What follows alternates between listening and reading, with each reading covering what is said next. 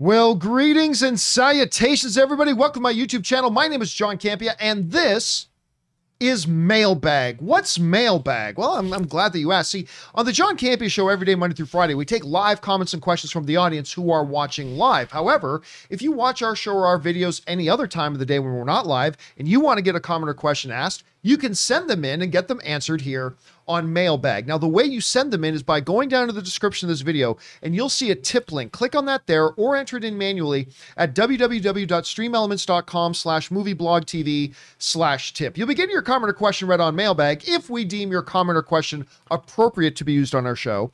And of course, you'll be supporting our channel at the same time. And all of us involved with the John Campea Show and our YouTube channel, thank you guys very, very much for your support. And I'm not alone here today. I got Robert Meyer Burnett joining me here for Mailbag. Rob, how you doing? John, I am doing great. It's always fun to answer our viewer mail. And we just went to lunch. We did. Had a great John Campea Show this morning.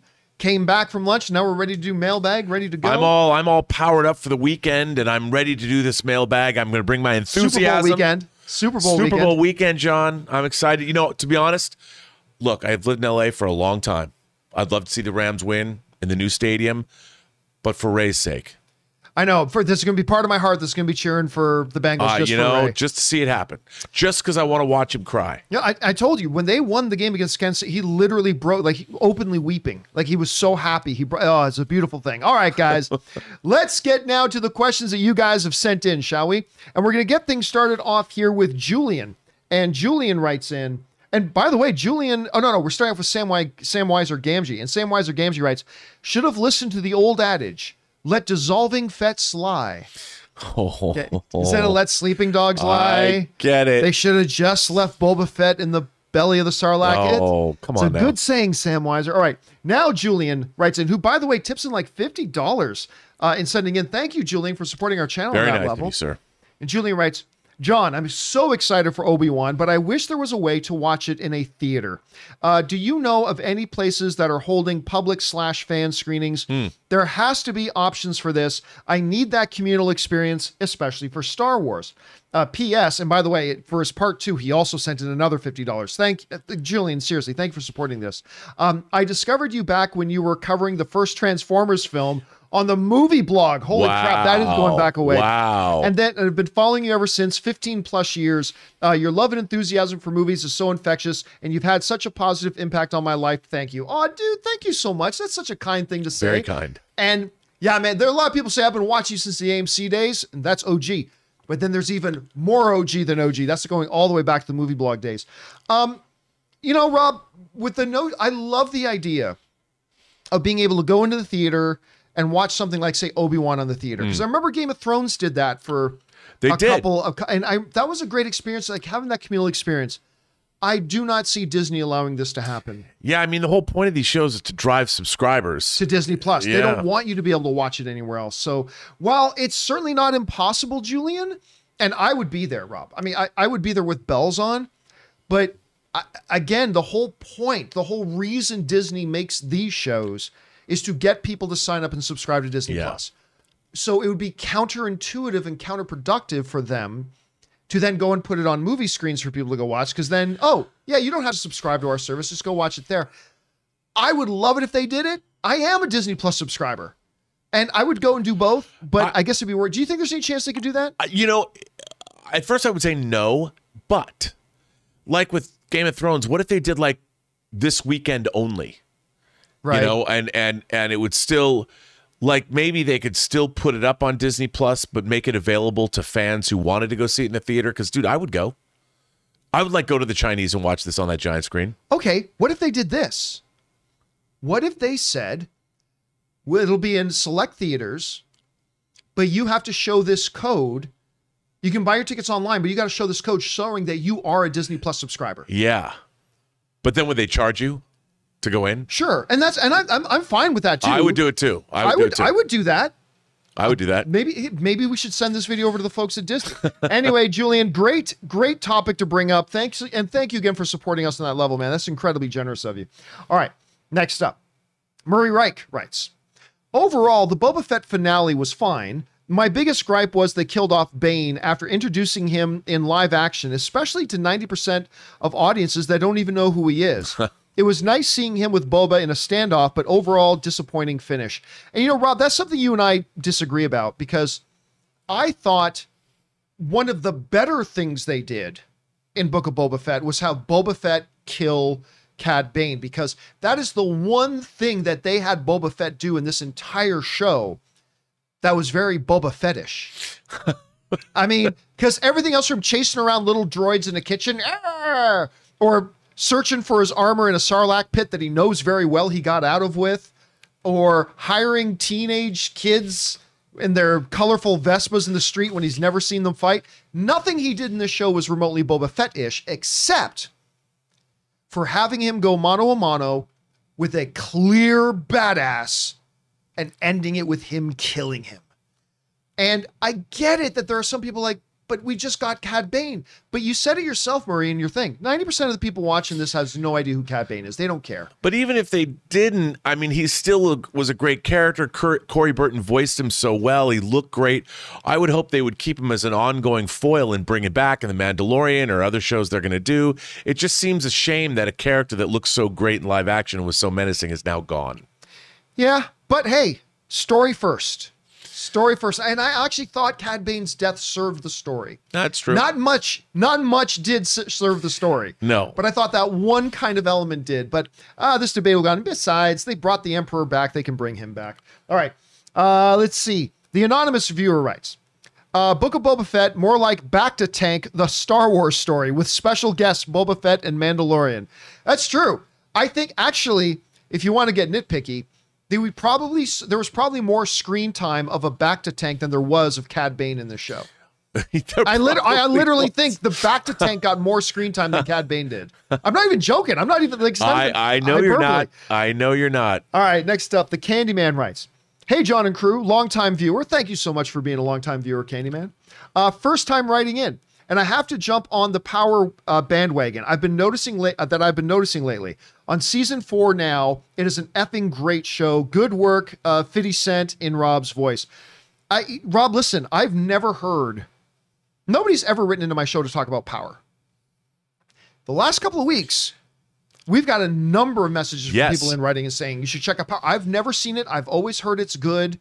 You said you saw a couple of episodes, right? The first 2 seasons, a friend of mine, Adam Huss, was in the first 2 seasons of the show. So I watched some of those episodes to see. He was great in it. I liked it. I liked the show a lot. I wonder, though, why it must be. Are they promoting it again? Did it move to a different streaming service? It's kind of neat. And by the way, John, shouldn't you have said Candyman 3 times?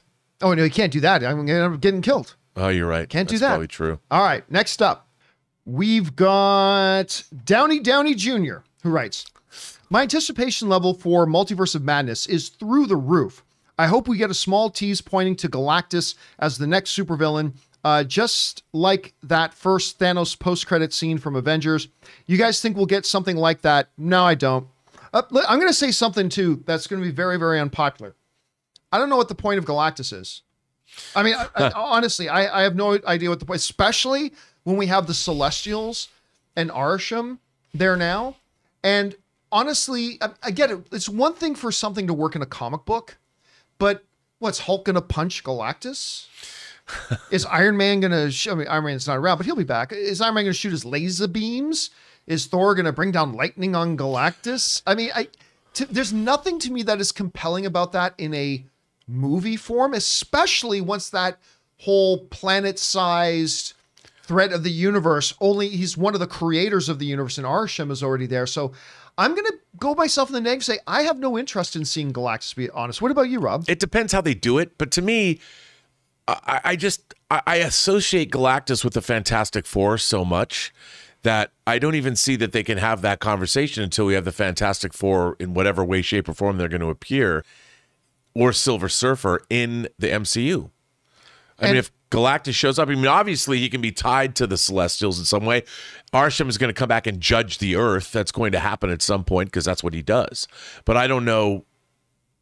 It just seems odd that they would do it. I mean, we got Kang out there. We got... And I don't really see a connection between Doctor Strange and Galactus. I don't either. So, I mean, so I'm going to go, I really doubt it. I mean, at some point, the nerdy Kevin Feige is going to bring in Galactus probably at some point. Yeah. I don't think it's anytime soon. And honestly, again, I'm not even all that interested in him right now. Yeah, I understand. All right, next up. That was Downey Jr. Now we got Scott Brown. And Scott Brown writes, a couple of things that Fett has shown me is that Rodriguez should never direct Star Wars again. He doesn't fit, and Mando has become one of my top 5 favorite characters in Star Wars. And if I never see Fett again, I'm just fine with that. The series is a C for me. Yeah, I mean, listen, I like Robert Rodriguez. He has made some films I really quite enjoy. Me too. And I look forward to seeing other films he does. But you're right. It just, him and Star Wars wasn't a good fit. You could just tell that with the same writers and the same producers and everything like that, certain episodes worked, like the ones that Bryce Dallas Howard, the ones she directed. Yeah. She knew how to take that script and breathe real life into it, taking scenes that could have been really cheesy and weird and turn them into something that was thrilling and exciting. And I just don't think Rodriguez had that. As far as never seeing Fett again, you're going to see him again. You're probably going to see him in Mandalorian season 3.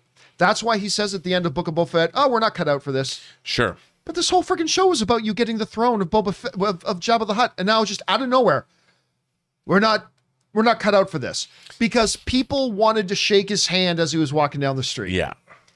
At any rate, so I think we're going to see him again very soon in Mandalorian season 3. All right, next up, Scott Brown also writes, this series didn't do Fett any favors. He came off old, slow, stupid, and annoying. I hope we're done with Fett. I was hoping he would die and Bane would live. Fennec was more interesting, and Mando is a much better character by a mile. It's not even close. Well, I'm going to disagree. I do not think Mandalorian is a better character than Boba Fett. I will say this. Mandalorian was put in a much better position to look like a great character in Mandalorian than Boba Fett was in the Book of Boba Fett. Yes. Because look, when we saw Boba Fett in Mandalorian, we all thought that is the coolest motherfucker in all of the universe. Don't forget that. When Boba Fett showed up in Mandalorian, we all thought awesome. that was the coolest character ever. It was awesome. And they just need to get back to that. So I think he will be fine as a character. They just have to, they just put him in a show that they just forgot how to make a good show. Anyway, so I think he'll be fine. All right, next up. We got Cameron writes, day one of asking John to play or watch the cutscene movie for the new Guardians of the Galaxy game. It's an amazing game, and I almost prefer it to the movies. You know what? I'm going to get that game. Every time I go online and search for like best games on PS5, I have not seen a single one that doesn't include Guardians of the Galaxy. I have it. You have it. It's a great game. You've played it a bit. Yeah. And I mean, because I also noticed it's not connected to the movies. No, It it's a looks totally great different. game. It's got the character designs are great, the gameplay is great, and the music is great. I've heard that. They've all talked about how great the music is. It's really fun. Well, it's really, really fun. You know what? I'm going to hold off on watching the cutscene movie of it because I think I'm going to get the game and good. play it myself. So there you go. Thanks for putting that in there, Cameron. All right, next up. Calvin Bowes writes, my son Braxton asks Rob if he gets the Star Wars Trek job you were applying for, would you hire him as an advisor? Well, Braxton is 6. He might be 7 now. So Braxton, you've been writing me a lot, and I'll tell you, if I get that job, you're hired. All right, there you go, Braxton. From his mouth to your ears. All right, Calvin Bowes also follows up and says, Rob may have to explain who Braxton is. I'm assuming this is a kid who's been writing into Yes, Rob Calvin, his father, has been writing into my channel for a long time, and Braxton has sent pictures. He's a huge Star Trek fan. As a matter of fact, he actually spoke to William Shatner at the Star Trek Vegas event was in August, and it was very cute. All right, next up. Paul Drummer writes, one of two. Hey, John and Co. I like the finale of Boba Fett. It wasn't perfect, I know. I see some complaining that Han wasn't in it. All I can think is, give a man an inch and he'll take a mile. Some fans expect too much. Also, I feel if Boba got in the ship, the fight would have been over too quickly. Yeah, but that's what you want. That's what you still would have done. That's just my thoughts. I know I'm probably in the minority on this. Thanks and have a great day. Well, yes, but you got to explain to the audience. Here's a great example. A man and his family are at home and they're getting ready for bed. They're upstairs. They hear some people breaking in downstairs. And they overhear them saying, find the family and kill them. Now the man, that would be bad. The man has an AK-47. Why does he have an AK-47? Who knows? But he's got an AK-47 beside his bed. Instead, he reaches past the AK-47 and grabs his junior boxing gloves and puts on his boxing gloves. Says, I'll go downstairs and take care of this. If I grab the AK-47, it would be over too quickly and too easy. I mean, it's one thing to say that, but if you're going to have Boba Fett not grab the thing that would make it so he wins the war, you got to come up with a damn good explanation why that is. Otherwise, Boba Fett just looks like a moron. So you're going to ride into battle on this Rancor, which you've never ridden before. And instead of bringing in your ship that you took out that entire biker gang with in seconds and win this war, save your people and save your city, I'll ride the Rancor. That'll look cooler. I mean, it's going to take me 3 hours to get there, but I'll ride the Rancor to get there. I mean, hey, listen. I mean, and then going back to the Han Solo thing, like Rob, we talked about, would it be possible that they could bring in a Han Solo? And we decided that, yeah, it's possible they could. We didn't think they would, but we say, yeah, it's possible they could. I haven't heard anybody complain that they didn't have Han Solo. I don't see why you'd have Han Solo. Not like Mephisto not showing up. Come on now. I don't know. Do you think they made a mistake not having a big major cameo? Like, I mean, they had Luke in one of the episodes. They got Luke, Ahsoka, Grogu, do you think they the Mandalorian. I mean, what? How are you going to fit Han Solo in this show anyway? Yeah. No, I thought there was plenty. All right. Thanks a lot for writing that in, Paul. Appreciate that, man. Next up, we've got Oliver, and Oliver writes, big fan of Bryce Dallas Howard's work so far, but I'm also curious. If we switch director's assignments, her episodes to Robert Rodriguez's episodes, ever wonder how well she would do? Thanks. No, I don't wonder. I know she would have done better. I am not saying she's a better director than Robert Rodriguez. I'm just saying it's clear that she has a real sense for Star Wars. Sure.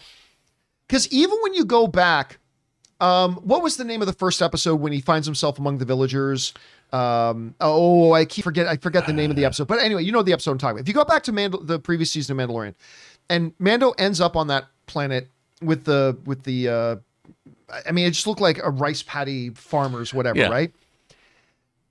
That is an episode that could easily be really boring, make no sense, feel forced, but she was able to take that script with her sensibilities for Star Wars and make it feel thrilling and interesting and dynamic, and was one of my favorite episodes of The Mandalorian. She did it again.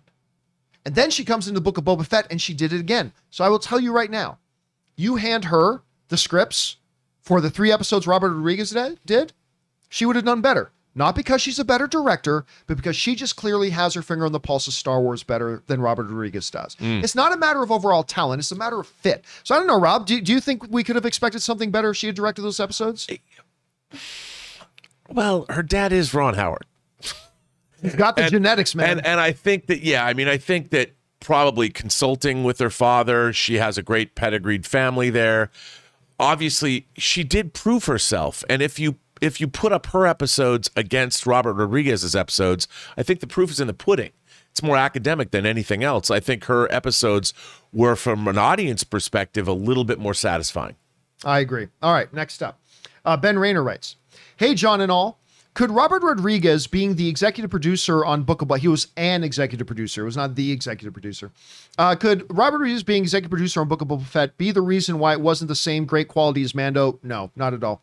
And Mando 1 and 2. Do you think he had much input? I think this might be the reason why, and I'm still looking forward to Obi-Wan. Nah. I mean, the reality is, and Rob, you and I talk about this, it's one of the reasons why the term producer in Hollywood is one of the most nebulous, confusing things. Because you can literally have a guy work for 5 years of his life, 24 hours a day, to get a movie made, and he's the producer. Then you can have another guy who literally arranges a phone call between 2 other people, and he gets some kind of producer credit. Right. And so a lot of people look at it, but the reality is this. No, Robert Rodriguez having an EP credit on this, Favreau wrote this script. And the EPs all work for him. So I hold Robert Rodriguez accountable for the episodes he got hands-on and directed, but I don't think the series as a whole suffered because he happened to be given an EV credit. I don't know, Rob, what do you think about that? No, I think that, look, a lot of directors, especially if you direct a TV pilot, for instance, you get to be an executive producer on the show forever. and you might not direct another episode again. So I don't think that Robert Rodriguez's directing was at all affected by the fact that he was an EP on the show. All right, next up, we've got Justin. And Justin writes, I heard you guys talking about, is Boba and his father Mandalorian? Boba and his father Mandalorians. I'm fairly certain it's been established by Filoni that the Fetts aren't from Mandalore. Jango somehow acquired the armor. Boba, as we all know, is just another clone not aged up. Okay, so right and wrong. Jango was not from Mandalore, but neither is Din. Din is Mandalorian by being a foundling. But that makes him every bit a Mandalorian as anybody else. This is the way. In Mandalorian Season 2, Boba, in a discussion with the other Mandalorians there, and some kind of spat that they were having, Jango was himself a foundling, which makes him as Mandalorian as anybody.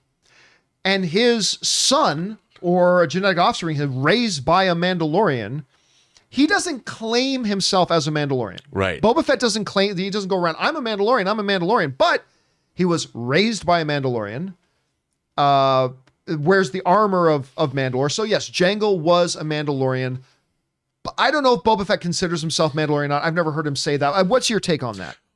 I kind of feel the same way. And obviously, he doesn't subscribe to more of the fundamentalist Mandalorian beliefs that Din... At least not Din's sect yes, of Mandalore. Yes, it's true, which we heard on the show.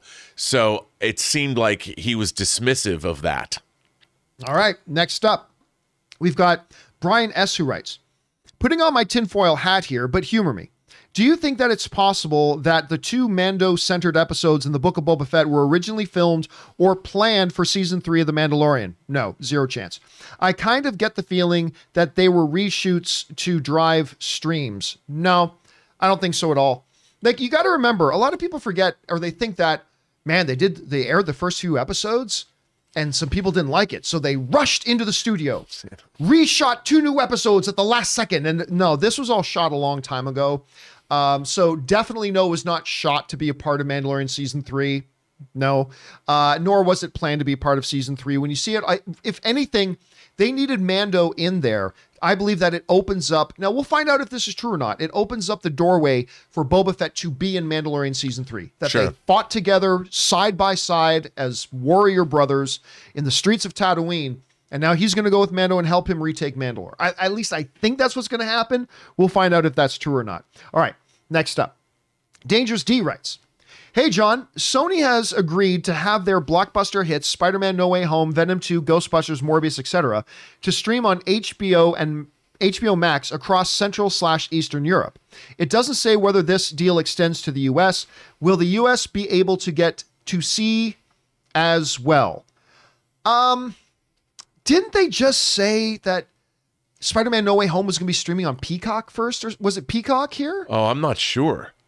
I mean, because Sony does not have a streaming service, obviously. Right, they don't have their own. Well,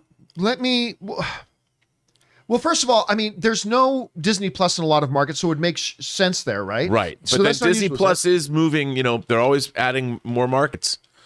But Peacock, perhaps. Although, how many markets is Peacock in?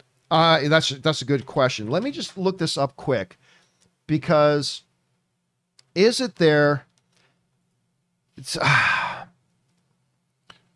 okay. No, it wasn't Peacock, nor is it Disney Plus. It's going to Stars. That's where it's going to. It's going to Stars. So okay, I get that. I don't know. Remember, Sony is not Disney. And this is another reminder that these Spider-Man movies do not belong to Disney. Right. They belong to Sony. Now, they may have a long-term deal, and I have no doubt that ultimately and eventually, Spider-Man No Way Home, Venom, they're going to end up on Disney Plus sometime, some way. Disney's going to give Sony whatever amount of money they want to make that happen at some point. But for now, that's that. I don't think it's going to be on HBO Max in the States. To watch in the States, you're going to have to go, at least Spider-Man No Way Home, you're going to have to get Stars. So Stars is what you're going to need to get. All right. Next up, Dangerous D also writes, hey, John, should Warner Media end the relationship with Greg Berlanti Productions for DC properties? So far, it's a lot of miss than hits for the Berlanti verse miss. Batwoman, Stargirl, Titans, Flash, Supergirl, and the last 6 years of Arrow. Hits, Doom Patrol, Superman, and Lois. That's a matter of opinion, Dangerous D. There's a lot of people who really like Stargirl. And there's a lot of people who really like Titans. and there's a lot of people who really like Flash. I really like. I didn't like the last couple of seasons, Sure. but I like the vast majority of Flash. I hated Supergirl, but a lot of people like Supergirl, and a lot of people watched Arrow all the way through. So that is a matter of opinion about hit and miss. The Doom Patrol was great.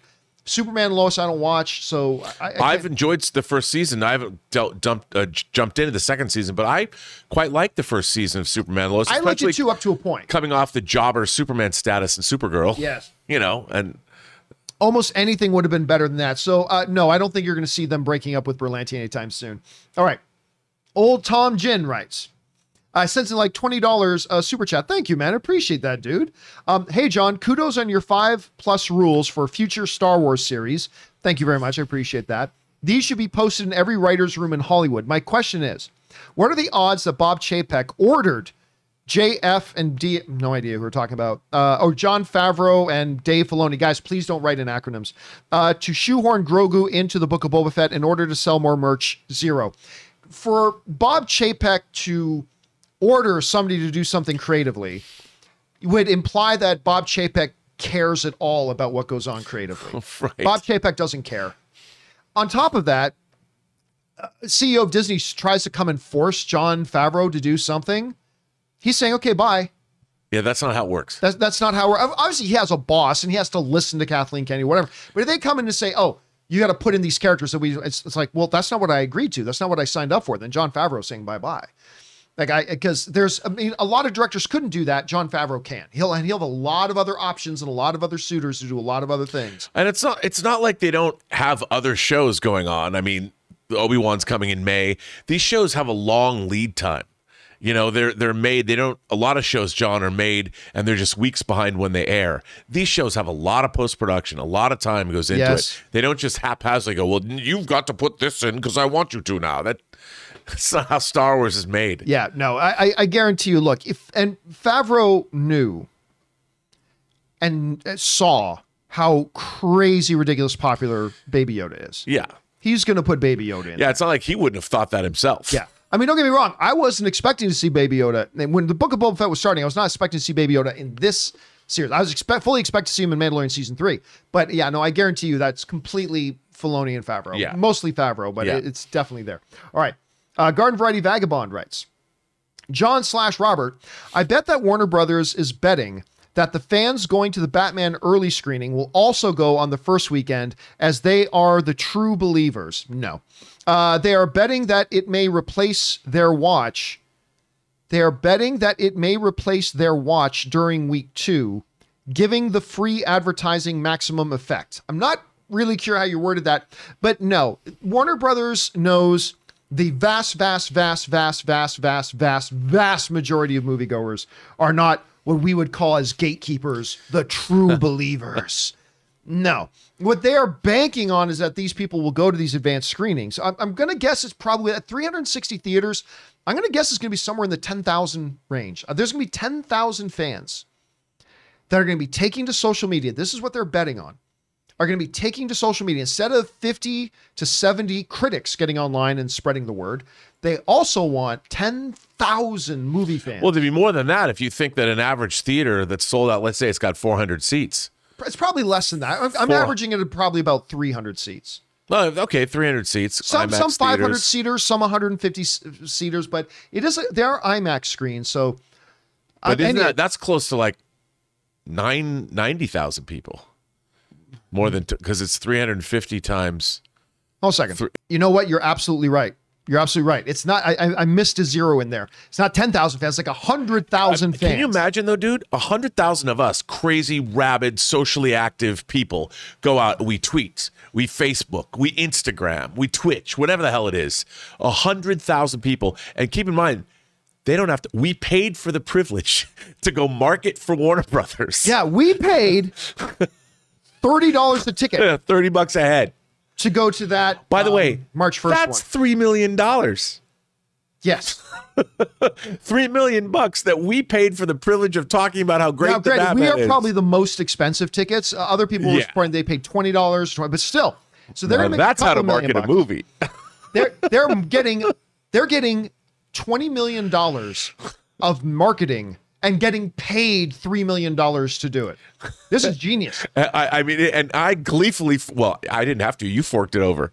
Yeah, I bought the ticket. That's a business expense. But still, yeah, no, they're not banking on those people coming back on the opening weekend, though. That's just not what most people do. But we are. Because we've got the John Campea fan screening. That's right. On the opening day. So it's going to be fun. All right, thanks, Garden Variety. All right, next up, we've got Ricky Bobby 224 writes, am I the only one who noticed that White Dragon's truck in Peacemaker episode 7 had a license plate that says ALM? LOL. Could just be a coincidence. You know what? I didn't notice that, but now I'm going to have to go back and watch the episode again and see if they did that, because that, Ricky Bobby, would make total sense for White Dragon to have on especially there. after when you first see him. The Yes. the lines of racial epithets he threw out was amazing. Oh my God. Yep. That would totally be a White Dragon. But you know thing to what, have John? on his thing. That's why the show, James Gunn, the details matter. I mean, Yeah. all throughout the show, it's like White Dragon's multi-dimensional armory and all the stuff, all the little things they do. Like when Eagly, after the first episode, he could have just landed, but no, he walks over that first episode, and looks up lovingly at the Peacemaker. There's no detail left to chance in this show. No, it's great. It's so good. So good. All right, next up, Bob Paycheck writes, hey, John, who needs Rotten Tomatoes anymore? The John Campea Show has the world's best everyman, Ray Ora, on hand to rate films. Always great to hear what movie gets a Ray Scora. A Ray Scora or a Ray Snora? There we go. Dude, that's got to be a new chart. There's got to be a graphic Is this for movie that. a Ray Scora or a Ray Ray Snora, Snora. Ray? That's Let the pretty good. people know. That's actually not bad. I'm going to have to let them know about that one. All right. Next up, we got Dono, right? 1 of 2. Hey, crew. I recently got to screen a couple of movies coming out this year, and I loved it. Knowing nothing about a movie and then seeing everyone react in real time and discuss afterwards made for such an awesome experience. I encourage every movie fan to look for similar opportunities in their area. Also, here's my top 5. Number 1, The Incredibles 2. Number 1, The Incredibles. Number 2, Knives Out. Number 3, Dial M for Murder. Number 4, The Dark Knight. Number 5, Jurassic Park. Keep up the great, inspiring work. Yeah, listen, I'm trying to remember the last time I went to like a test screening. Now, generally speaking, I'm not allowed to be at test screenings because Right. I'm technically in the media, but I have snuck into 1 or 2. Me too. Maybe. No, man, I don't have any connection to the entertainment industry. No, man, that's someone else. Yeah, I don't know what you're talking about, but I have maybe gotten a couple of things and get to see a movie that is like 5 months away and often unfinished, like maybe some effect shots. For the most part, the movie's all together, but Yeah. things. But it is pretty funny. But the thing is, you got to sign NDAs at the Wahoo, and you got to keep quiet. You can't talk to anybody about it, but it can be a fun opportunity. I'm glad you had that experience there, Dono. All right, next up, we've got Chuck the Mystery who writes, hey, John and Rob, I absolutely love the first episode of Movie Club. Thank you so much, man. Such an interesting discussion of one of my favorite films, which we did, Gladiator. I love to see an in-depth analysis of my favorite Ben Affleck film, Changing Lanes. The movie just doesn't get enough love. It's true. I love Changing Lanes. That wouldn't be a bad movie to do for Movie Club. Except nobody will watch that one. It's true. 'Cause but nobody's seen it. I'd love to revisit it, though. I would too. Listen, I remember when Ben Affleck got cast to play Batman. And I was like one of the only people online regularly that was like hammering home, this is a great casting. This is a great casting. And everybody was laughing. But one of the things that I also bring up is like, if you are laughing at this, then you have never seen Changing Lanes. Which people would say, what? Changing Lanes. It's a movie did with Samuel L. Jackson.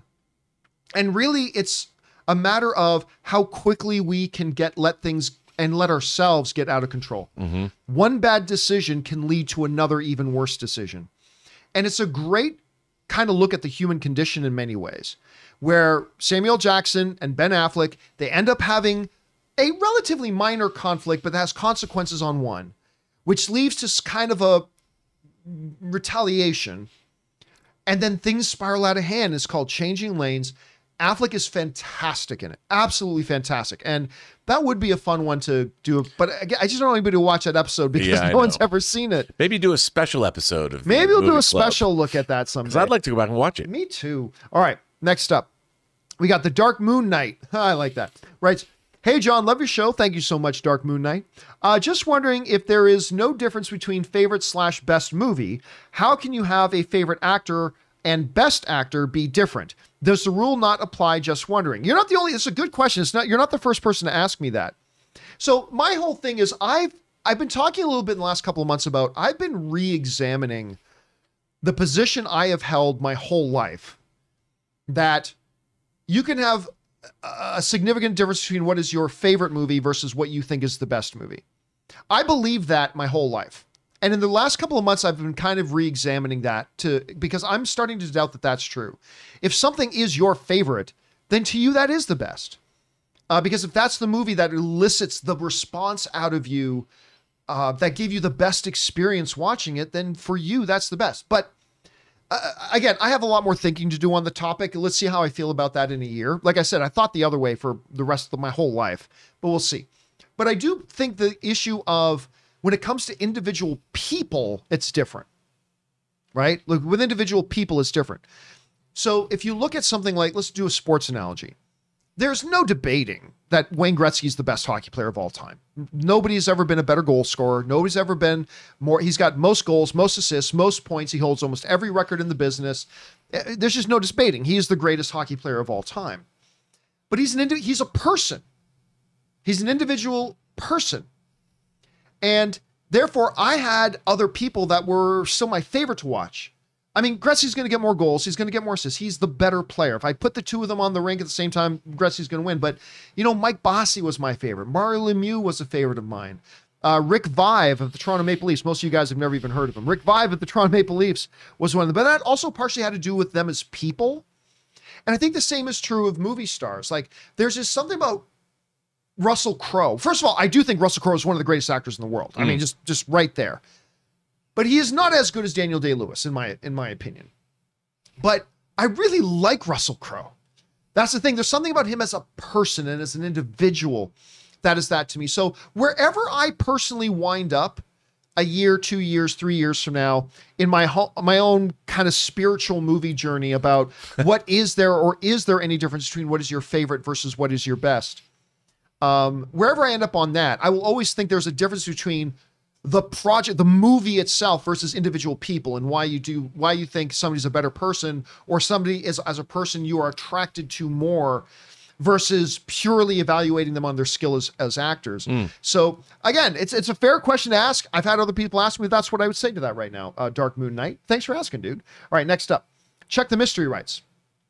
While the Fantastic Beasts movies have not been the hits that the Harry Potter films were, they've done well. They have. I think a lot of people forget that. They've done well. They've made money.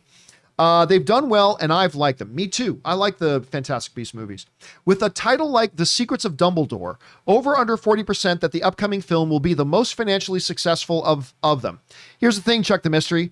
The title being The Secrets of Dumbledore won't do fuck all for what it does at the box office. It's all going to... Look, we can talk about guesses that we have for opening weekend. That's going to be based on marketing, anticipation, all that kind of stuff. Whether it ends up being the biggest financial hit of this particular isolated part of the franchise, we won't know that until we know how good the movie is. And there's just no way we can know. If this is the worst movie they've done, it ain't going to be the biggest film they've done. If it's the best film they've done in the Fantastic Beasts series, well, then it has a pretty good chance of being the most successful. I don't know, Rob, how would you address that? I think just the way you did. I mean, it's hard to say where we're at now. You know, we've swapped out Grindelwald is now being played by a different actor. There's a lot of different factors. I mean, who knows? But as you said, this has been, make no mistake, it might not be the juggernaut that Harry Potter was because it's a spinoff. And I still think that these have been very successful films.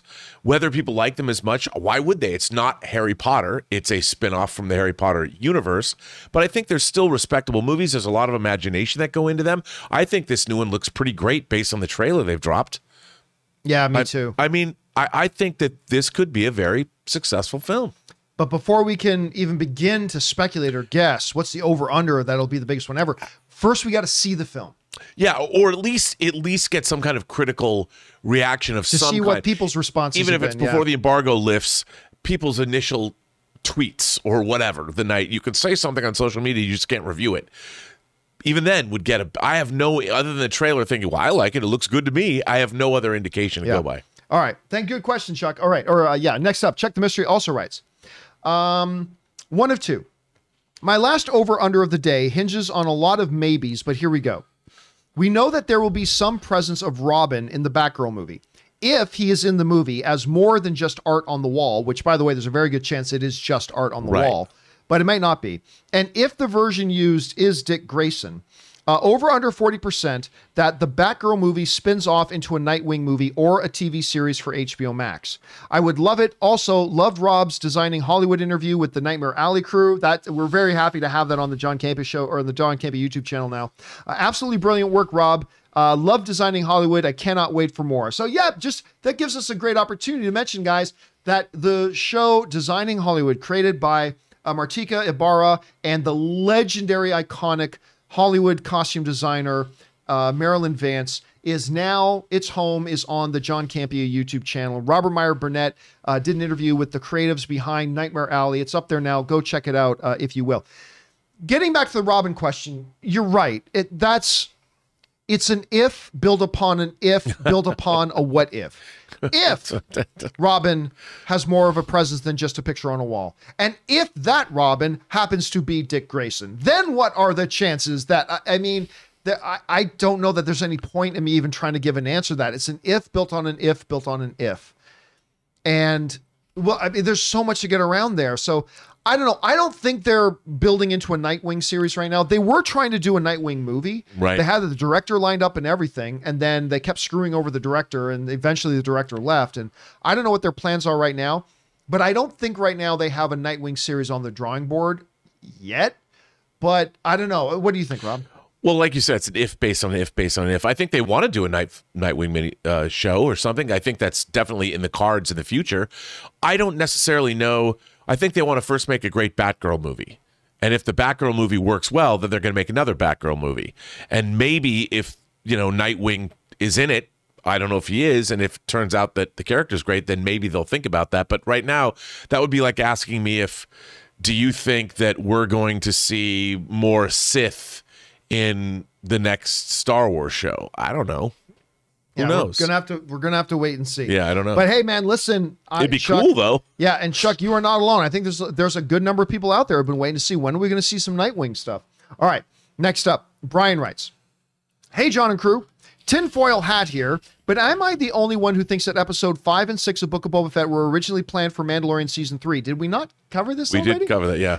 It almost feels like Disney didn't have confidence in the series and shoehorned that subplot for streams. Thoughts?" Again, I don't know if you're, but no, absolutely not. And again, the question implies that they started to air the show and then scurried and scrambled to go and reshoot 2 other things, and that's just not the case. Well, also, I would say, look, flip the script. In Mandalorian season 2, while it wasn't a singular thing, we had Boba Fett come in at the after this first half aired, so it made sense that they flipped it around and made Mandalorian come into Boba Fett. It's kind of mirroring what they did with Mando, so it's not totally unusual. It's not like it came out of left field and did it. That's exactly. We've already seen these guys together before. This wasn't some random out of nowhere, like, implausible thing. It completely made sense and fit in with the story. And look at them fighting side by side in the streets with their jetpacks in the final episode. I'm sure they thought, I think in the final episode of this, we want to see these Mandalorian dudes, Boba Fett and Mando, flying around with their backpacks wrecking shop. And again, I might be wrong about this, but again, I think they made it pretty clear that Boba Fett's going to be in Mandalorian season 3 to help Din with his thing. This set that up. Yep. So no, I completely believe that was always part of Favreau's plan. All right. Thanks for writing that in, Brian. Corey writes, 1 of 2. "Hey, John and crew, hoping you can help me out here. I'll try my best. I like The Lord of the Rings. Most of the series is epic. I have a giant problem with the end, though. And I don't know if I'm just missing something.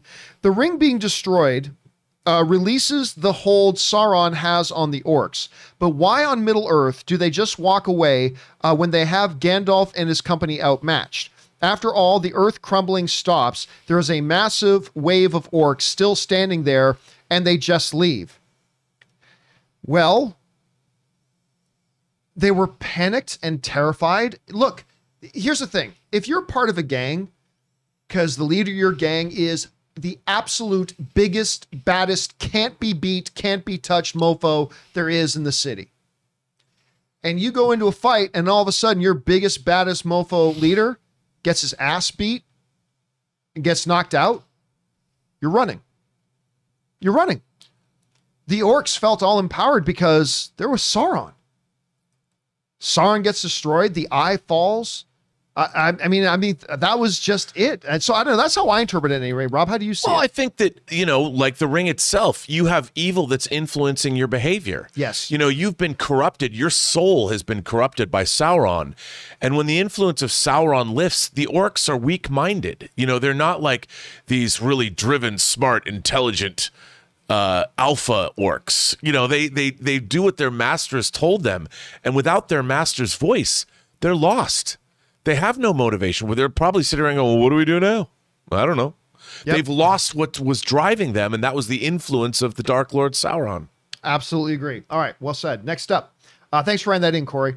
Next up, Mr. Blue Sky writes, unpopular opinion. I never understood the problem with Batman killing since there is a difference between self-defense and murder. Also, if it doesn't matter if you have a no-kill rule, since that doesn't actually make sense in real life. Listen, dude, I've gone on this so many times. First of all, make no mistake, if you know your comic book history at all, Batman has killed. Batman kills in the comics. He has also killed in every iteration of the movies ever. I think it was Mr. Sunday Movies has a great video on YouTube called the Batman Kill Count, where prior to Ben Affleck's Batman, how all the other Batmans killed. All of them killed, including Christian Bale's, right? A lot of killing. My big problem with the absolutely unbreakable rule of no killing is this. The only way you can make that work in the comics is if you absolutely suspend all reality. Because the reality is this. Every time Batman punches somebody in the face, that could kill them. It's just that simple. Rob, I often go back to this couple of panels of this Batman comic I was reading. Batman is stalking these thugs who are hiding out in this kind of abandoned house. And you see Batman's thought bubbles. There's just two of them. They're sloppy. You can tell they've been doing this for a while, but don't have any concrete training and blah, blah, blah, right? And then so one of the guys goes downstairs. He's alone now. I'll pick them off one at a time. So Batman jumps down out of the rafters, lands knees first onto the guy's chest, causing so much of an impact, he goes through the floor of the second floor, crashing down onto the lower level with Batman's knees, a 270-pound dude with his knees in the guy's chest. Then you see Batman's thought bubble. 2 broken ribs, a ruptured spleen. He'll be spending 6 months in traction at the hospital. No, that would have killed him. But the writers create this fantasy fairy tale that, no, he's just hurt. And so we let Batman do whatever violence he wants to and just write that it didn't kill the people. The reality is the Batman who does the things he does in the comics has killed people. Also, I think, John, Batman doesn't necessarily set out to kill bad guys. No, exactly. There's a difference between setting out to do it. Yeah. And he's at war. And if somebody's coming at you with deadly force, you're going to respond in kind. If someone's going to come at you or someone's going to kill bystanders or someone's going to do something to the innocent, Batman is not going to pull his punches to save innocent lives. He's going to, those people that have chosen to do bad, Batman is going to do what he has to do to stop those people. And in stopping those people, there might be deaths involved. There has to be. That's just, like you said, that's real life. It's not like Batman wants to kill, and is maiming somebody or putting them in a hospital for 6 months, is that somehow acceptable because they didn't die? Batman's still broken ribs and ruptured spleens, and where do you like, but no, Batman doesn't kill. Batman tries not to. Yeah, it tries not to, but he does a lot of things that would kill people. Yes. It's like having a comic book character called Henry Headshot. Okay.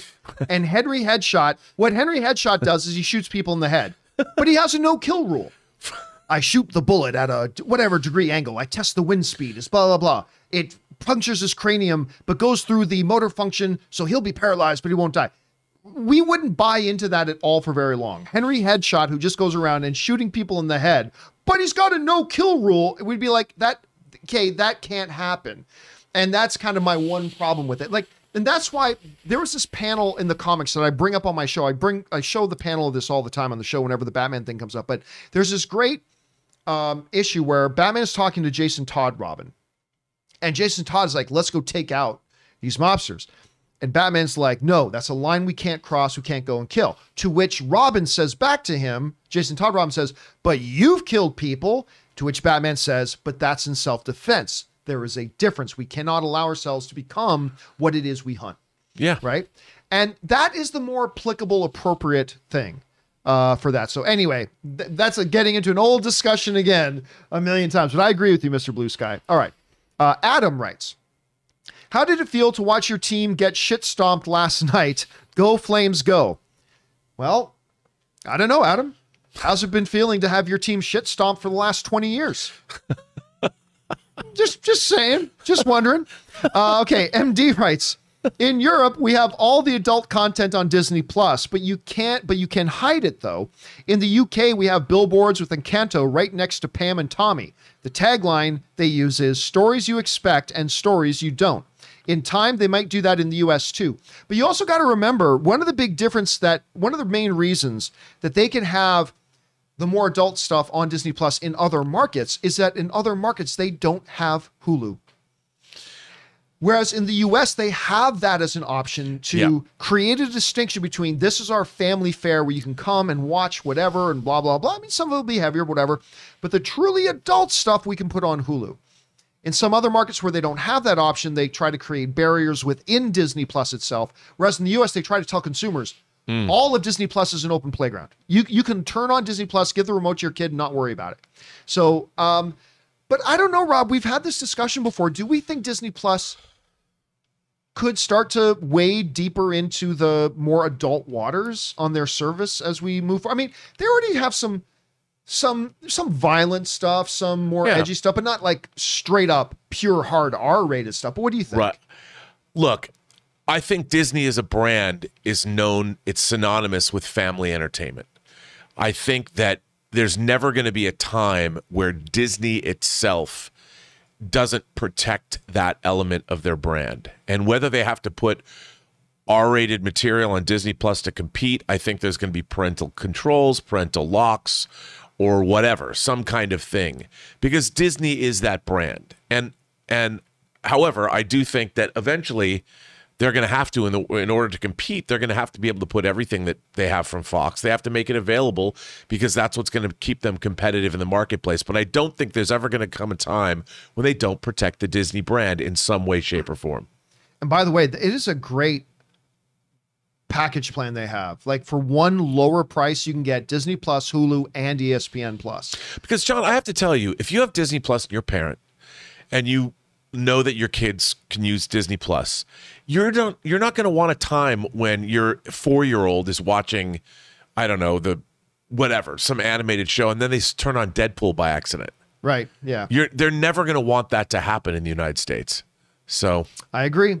All right. Thanks for that, man. Next up, MD also writes, also, I read today that Cate Blanchett is the first woman to star in 2 films that are in the Best Picture category in the same year, Nightmare Alley and Don't Look Up. I didn't realize that. I didn't either. And that she has now been in 9 Best Picture films. You mean 9 films that won Best Picture or were nominated for Best Picture, but still has been in 9 Best Picture nominated films, more than any other actress in history. That is a fabulous statistic. I love that. And you know what? No one deserves it more than she does. Oh, dude, I'm telling you what, I have believed for a long time. Now, recently, Frances McDormand has maybe nudged her way into this, but I believe for a long time that other than Meryl Streep, I believe for a long time that Cate Blanchett is the best actress in the world. I think Frances McDormand might have taken that number 2 spot, but regardless, Cate Blanchett is right up there in the upper echelon. And the fact that she turns in performances that elevate films to the point that she's been in 9 of them that have been nominated for Best Picture. Hey, look, when you want to look at the common denominator of things, you can't get around. She is breathtakingly good. Yeah. Because she can do these heartfelt, deep dramas, and then she can be Thor's sister. You know what I mean? Sure. She can do all of it. So yes, I think that's awesome. Excellent little factoid there to drop in there, MD. I love it. All right, next up. Carson Music Man writes, hey, John and crew, I'm a huge fan of the MCU and have been for the last couple of years. I always do a rewatch whenever a big event comes up, but with Spider-Man No Way Home, I came up with the theory that the past Spider-Man movies exist because of Loki. Thoughts? Okay, This is a really interesting conundrum for Marvel. And we've had this discussion before, and I'll tell you right now, no, the previous Spider-Man movies don't exist because of Loki.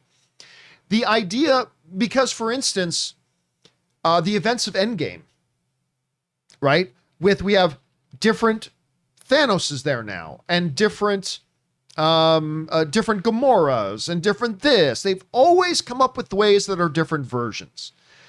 Loki presents just yet another option for different versions existing. But as we all know, the Tobey Maguire Spider-Man and the Andrew Garfield Spider-Man were around a long time before the events of Loki ever happened. So I don't think that's it. Rob, it's a very complicated, convoluted thing. We don't even have all the information on yet, but how do you see that? Well, I mean, if you think about it, a different universe is a different universe. If you time travel within our universe and go through the quantum realm, the standard, the MCU as it exists, even in Endgame, they're still going back in time to this universe's MCU. They're going through the quantum realm. They're not going to an alternate universe. Tobey Maguire and Andrew Garfield Spider-Man come from alternate universes that are not part of the 616 universe, or call it what you want. They are different universes. So Loki had nothing to do with the creation of those universes. I agree. That's why I look at it. All right. Next up, we have, and final question of the day comes to us from Garden Variety Vagabond, who writes in, John, Rita Ora is from pristine Kosovo. Yeah, I thought I heard she was a Filipino, but I've had different people writing in. Somebody wrote in earlier that she wasn't actually. Anyway, she is an Albanian Kosovar. She moved to England when she was young to avoid the Kosovo War with Serbia. Her actual last name is Sahaciu. I don't know what that means, which means watchmaker, but it was changed to Ora, meaning time for ease. Well, that's cool. We all learned a little something today about Rita. By the way, you can put up a picture of Rita Ora in front of me right now. I wouldn't know who she is. I have no idea. I just heard the name a lot because it's the same last name as my wife and my brother-in-law, but that's all I know. I don't know anything other than that. But anyway, interesting factoid. Thank you for sending that in, Garden Variety. And guys, that'll do it for this installment of Mailbag. Thank you to all you guys for sending in your questions. By the way, once again, if you'd like to send in a comment or question to be read on Mailbag, once again, just go down to the description of this video and click on that tip link, or enter it in manually at www.streamelements.com/movieblogtv/tip. You'll be getting your comment or question read on Mailbag. If we deem your comment or question appropriate to be used on our show, we reserve the right to not use whatever we don't think is appropriate. And of course, you'll be supporting the channel at the same time. And all of us here, thank you guys so much for that support. I want to thank the guy sitting over here, Robert Meyer Burnett. Robert, where can people find you online? John, you can find me on Twitter at BurnettRM, find me on Instagram at Robert Meyer Burnett, or find me on my own YouTube channel, The Burnett Work. And of course, guys, you can follow me on social media, on Instagram and on Twitter, simply right there at John Campea. That'll do it for us for this installment of Mailbag, guys. Thanks a lot for being here. My name's John Campea, and until next time, my friends, bye-bye.